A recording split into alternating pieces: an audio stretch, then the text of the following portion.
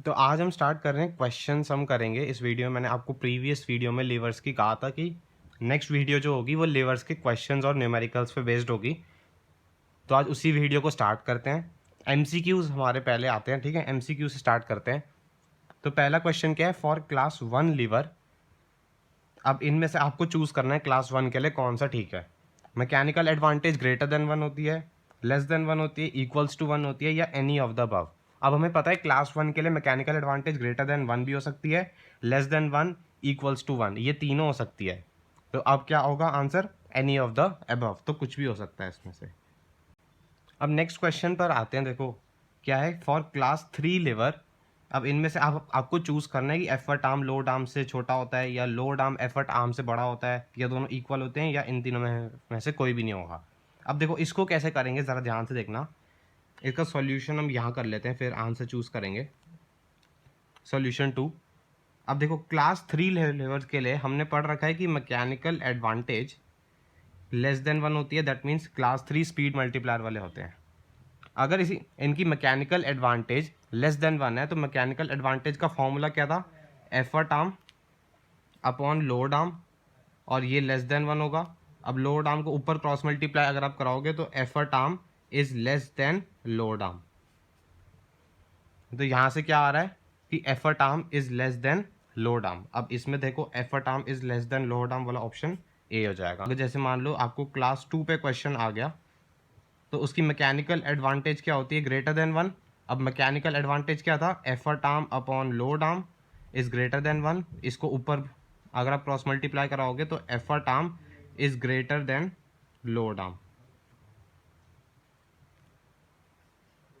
अब next question पे देखते हैं। देखो if load is shifted away from fulcrum then mechanical advantage and velocity ratio increase decrease decrease increase या decrease remains the same, और ऐसे ही आपको इनमें से चूज करना है। अब पहले क्वेश्चन को समझ लेते हैं कि if load is shifted away from fulcrum. तो जैसे मान लो ये आपका लीवर है, ये आपका फल्क्रम है, ये आपका एफर्ट है, और ये आपका लोड है। अब क्वेश्चन क्या है, if load is shifted away from fulcrum, that means fulcrum से लोड को दूर ले गए हम। तो इसमें क्या होगा, जैसे मान लो ये आपका लोड है, ये आपका फल्क्रम है, और ये आपका एफर्ट है। ये आपका था लोड आर्म पहले, और ये एफर्ट आर्म था। एफर्ट आर्म तो अनचेंज्ड है, उसने एफर्ट आर्म के बारे में कोई चेंज नहीं बताया। उसने कहा कि लोड को आप दूर ले गए। तो जब आप लोड को दूर लेके जाओगे तो इससे क्या होगा, लोड आर्म बढ़ जाएगा।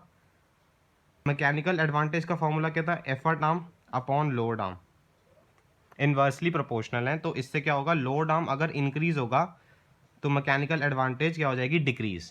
तो अब ऑप्शन देखो, मैकेनिकल एडवांटेज पहले है ना, तो डिक्रीज वाले ऑप्शन कौन से हैं, एक ये रहा, एक ये रहा। दैट मीन्स ऑप्शन बी या सी में से कोई एक होगा। अब ए और डी तो नहीं हो सकते। अब देखो आपको मैंने बताया था प्रीवियस वीडियो में भी कि वेलोसिटी रेशियो इन केसेस में चेंज नहीं होता, या कभी भी वेलोसिटी रेशियो किसी मशीन का चेंज नहीं होगा, वो फिक्स रहता है। तो वेलोसिटी रेशियो क्या होगा, रिमेन्स द सेम। तो ऑप्शन सी करेक्ट हो जाएगा। अब देखो नेक्स्ट क्वेश्चन क्या है कि फॉर एन आइडियल लीवर इनमें से कौन सा ऑप्शन ट्रू है, मैकेनिकल एडवांटेज और वेलोसिटी रेशियो का हमें रिलेशन बताना है। अब देखो हमने मैकेनिकल एडवांटेज और वेलोसिटी रेशियो का एक रिलेशनशिप पढ़ा है। Mechanical advantage is equals to velocity ratio into eta. Eta मतलब एफिशिएंसी। अब आइडियल केस के लिए क्या होता है, ईटा की वैल्यू 1 होती है, या आप कह लो 100%। तो यहाँ पे अगर हम ईटा की वैल्यू 1 पुट करें तो क्या होगा, mechanical advantage is equals to velocity ratio. तो ऑप्शन ए करेक्ट आ जाएगा। अब ऐसे ही मान लो आपको क्वेश्चन आइडियल केस पे ना होके आपको क्वेश्चन होता है एक्चुअल लीवर के बारे में। एक्चुअल लीवर, एक्चुअल लीवर का मतलब क्या है कि जो प्रैक्टिकल केसेस में हम अपनी डेली लाइफ में जो लीवर्स यूज़ करते हैं उसमें आपको पता है एफिशिएंसी 100% देखने को तो नहीं मिलेगी, या एफिशिएंसी 1 नहीं होगी। एफिशिएंसी हमेशा 1 से कम ही होगी, या आप कह सकते हो एफिशिएंसी हमेशा 100% से कम ही होगी due to some loss of energy due to friction.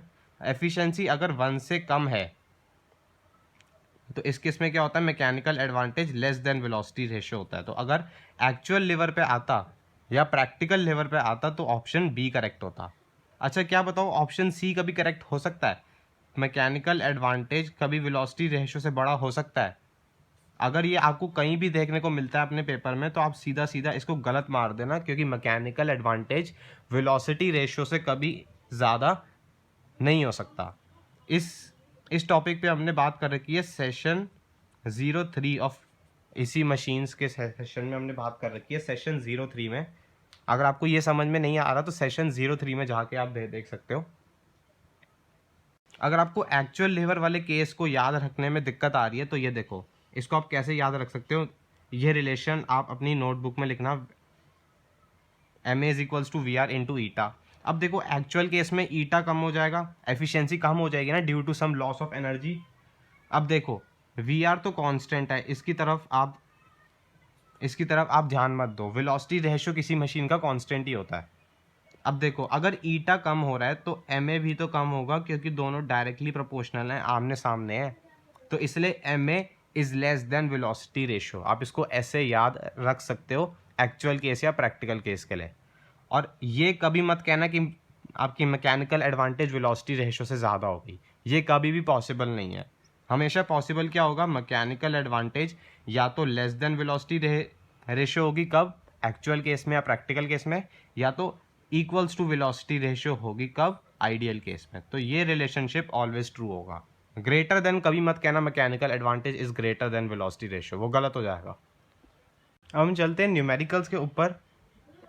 अब ये न्यूमेरिकल्स मैं आपकी बुक से ही ढूंढ के लाया हूँ, सलीना वाली बुक से। अब इसमें क्वेश्चन नंबर 3 है आपका ये वाला। A force of 5 kgf is required to cut a metal sheet, और ब्रैकेट में क्या है, without shears. A pair of shears is used for cutting, having 5 centimeter long blades and 10 centimeter long handles. Find the effort. अब देखो shears क्या होते हैं, shear आपकी सीजर टाइप ही होते हैं जो मेटल को कट करने में काम आती है। shear आपकी सीजर टाइप ही होती है, ऐसी होती है, ये रही आपकी shears, ये सीजर टाइप ही हैं, यहाँ पे फलक्रम है, और ये मेटल को कट करने, मेटल शीट्स को कट करने में काम आती है। यहाँ पे आप अपना एफर्ट लगाते हो और यहाँ पे आपकी मेटल शीट होती है। अब देखो a force of 5 kgf is required to cut a metal sheet without shears. That means shears के बिना 5 kgf की आपको उस पर फोर्स लगानी पड़ेगी। दैट मीन्स 5 kgf क्या है, हमारा लोड है। ये आप कई बार गलती कर लेते हो कि 5 kgf को एफर्ट मान लेते हो। यहाँ पे 5 kgf लोड है, एफर्ट तो हमें कैलकुलेट करना है, तो यहाँ पे ई की वैल्यू हमें कैलकुलेट करनी है। अब देखो उसने क्या दे रखा है, for cutting having 5 centimetre long blades. तो इसके जो ब्लेड्स हैं 5 सेंटीमीटर लॉन्ग है। इसका मतलब क्या है, ये जो लोड आर्म है ये 5 सेंटीमीटर है, एंड 10 सेंटीमीटर लॉन्ग हैंडल्स, ये हैंडल 10 सेंटीमीटर लॉन्ग है। तो इसके एफर्ट आर्म कितना हो जाएगा, 10 सेंटीमीटर का। अब अगर हमें एफर्ट कैलकुलेट करना है तो वहाँ पास एक फॉर्मूला है, mechanical advantage is equals to load upon effort. अब यहाँ से हम एफर्ट इजीली कैलकुलेट कर सकते हैं, प्रोवाइडेड हमको लोड गिवन हो और एम ए गिवन हो। अब यहाँ पे लोड हमें गिवन है 5 kgf, एम ए हमें कैलकुलेट करना है, तो एम ए हम इस फॉर्मूले से कैलकुलेट कर लेंगे, effort arm upon load arm. Effort arm कितना है 10 सेंटीमीटर और लोड आर्म कितना है 5 सेंटीमीटर, तो यहाँ से कितना आ गया एम ए 2। अब यही एम ए आप यहाँ पुट करना, 2 इज इक्वल्स टू लोड कितना है 5 kgf और एफर्ट की जगह ई, यहाँ से ई की वैल्यू आएगी 5/2 kgf एंड दैट इज आपका 2.5 kgf। एफर्ट कितना आ गया आपका 2.5 kgf। अब देखो नेक्स्ट वाले हम क्वेश्चन पे चलते हैं। A 4 metre long rod is supported at 1। अच्छा देखो अ 4 मीटर लॉन्ग रॉड, पहले एक एक लाइन से डायग्राम बनाते हुए, इसका है आंसर 7। ये क्वेश्चन 7 है आपकी बुक का ना, ठीक है। अ 4 मीटर लॉन्ग रॉड, ये एक रॉड है, इसकी लेंथ है 4 मीटर्स की, या आप यह भी कह सकते हो 400 सेंटीमीटर्स की, is supported at 125 centimetre. Supported का मतलब है fulcrum, at 125 centimetre from one end. तो इसके एक एंड से 125 सेंटीमीटर दूर हमें फलक्रम बनाना है। तो यहाँ पे अगर मैं इसको बनाऊँ, यहाँ से ये जैसे हमारी रॉड हो गई, इससे यहाँ पे मैंने मान लो फलक्रम बना दिया at a distance of 125 centimetre from one and, ये फलक्रम हो गया। a load of 18 kgf is suspended at 60 centimeter from the support. That means support से 60 सेंटीमीटर दूर एक लोड है ऑन द शॉर्टर आर्म, तो इसके छोटे वाले आर्म पे, दैट मीन्स इस साइड पे लोड से 60 सेंटीमीटर दूर, लोड से यहाँ पे देखा ना 60 सेंटीमीटर फ्रॉम सपोर्ट, तो यहाँ फलक्रम से 60 सेंटीमीटर दूर होगा, सॉरी मैं लोड बोल रहा था, फलक्रम से 60 सेंटीमीटर दूर आपका लोड होगा, ये रहा load on the shorter arm, और ये छोटे वाले आर्म पे, इस तरफ नहीं है। अब हमें क्या कैलकुलेट करना है, अच्छा ये लोड की वैल्यू हमें दे रखी है 18 kgf, 18 kgf।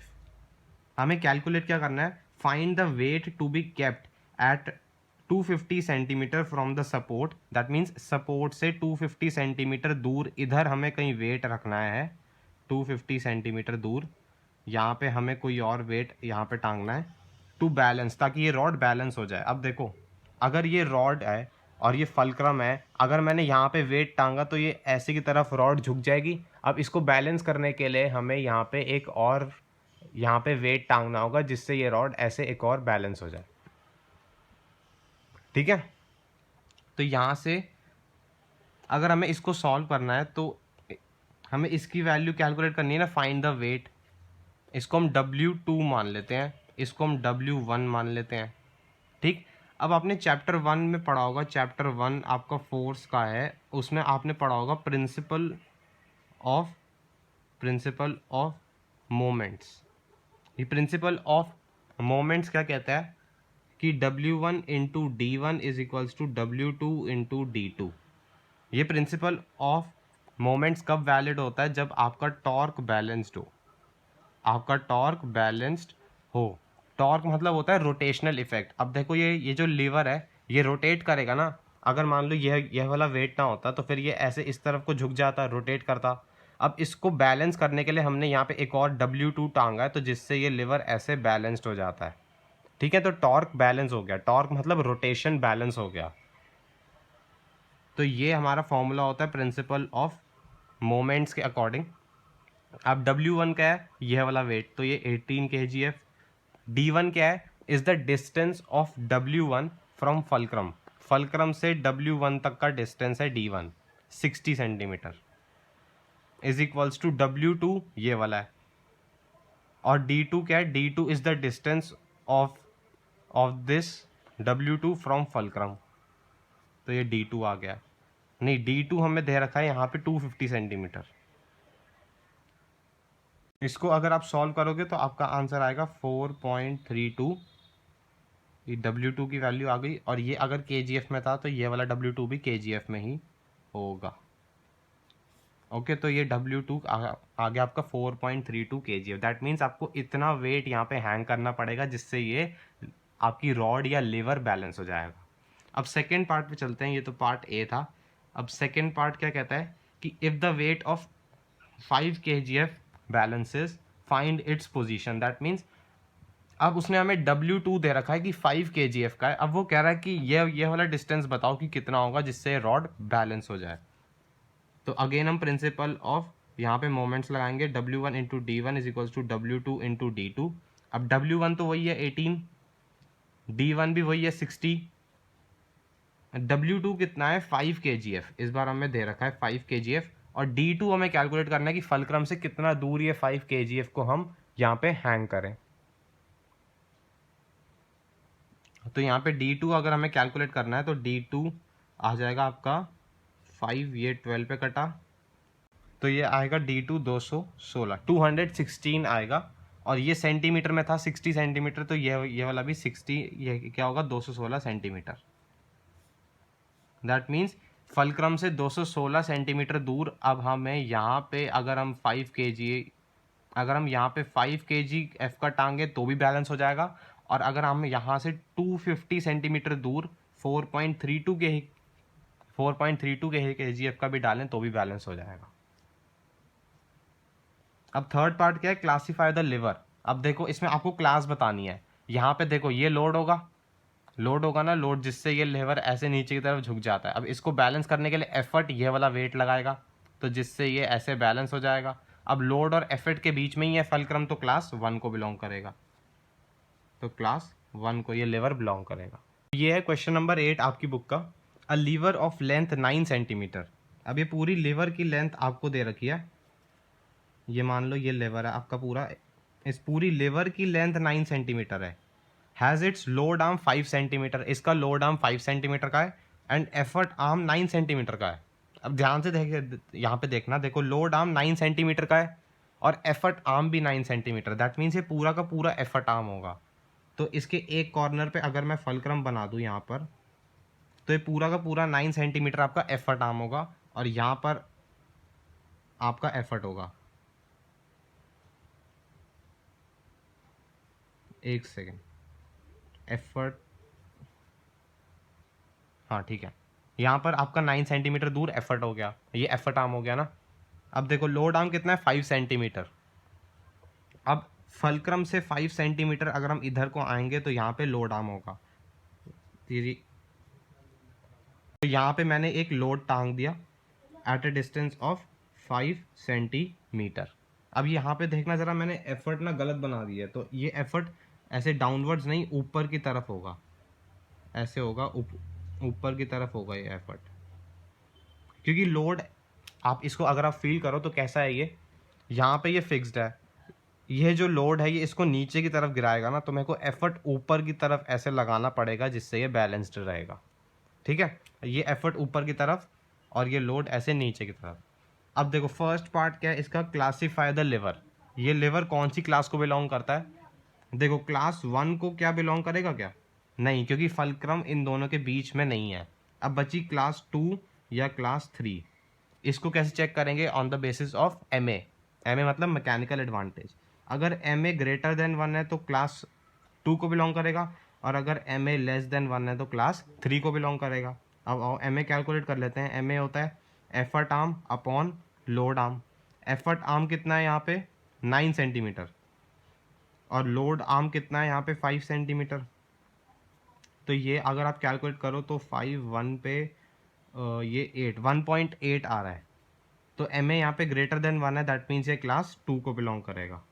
तो ये क्लास 2 को बिलोंग करेगा। और क्लास 2 वाले लेवर्स कैसे होते हैं? फोर्स मल्टीप्लायर,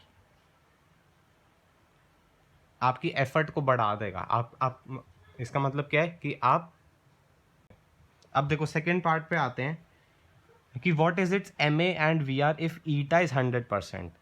अब आओ, M A is equals to V R into eta. अगर ईटा 100% है that means we can say that it is 1। Eta 1 है, तो यहाँ पे अगर मैं ईटा की जगह 1 पुट करूँ, और एम ए मेरा कितना है अभी हमने कैलकुलेट करा 1.8, और यहाँ पे वी आर, तो वी आर की वैल्यू कितनी आ जाएगी? 1.8, और एम ए कितना है? 1.8।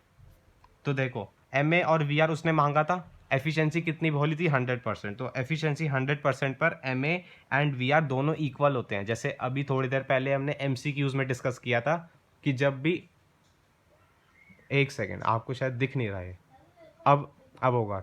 हाँ देखो एम ए और वी आर दोनों 1.8 हैं। आइडियल केस मतलब एफिशिएंसी 100%, तो तब एम ए और वी आर दोनों इक्वल होते हैं। यहाँ पे देखो एम ए और वी आर दोनों 1.8 आ रहे हैं।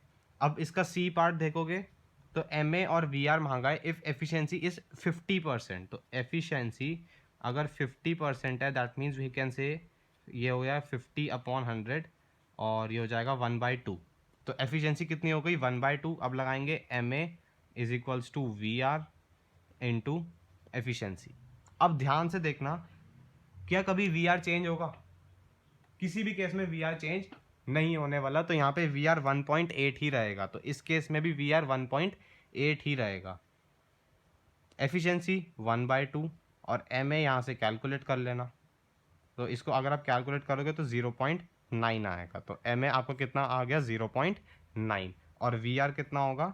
1.8 अनचेंज रहेगा।